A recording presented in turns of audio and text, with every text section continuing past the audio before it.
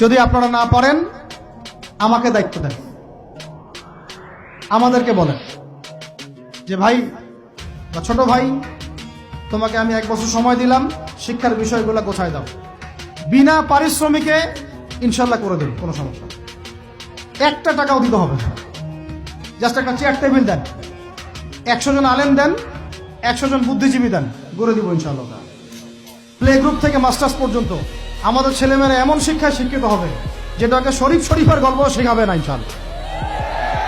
বরং আমার ছেলে পাইলটও হবে, বিমানও চালাবে, আমার ছেলে ইনশাআল্লাহ হাফেজে করানো হবে, আমার মেয়ে ডক্টরও হবে ইনশাআল্লাহ, আমার মেয়ে আয়েশা রাদিয়াল্লাহু আনহার মতো মুহাদ্দিসও হবে ইনশাআল্লাহ।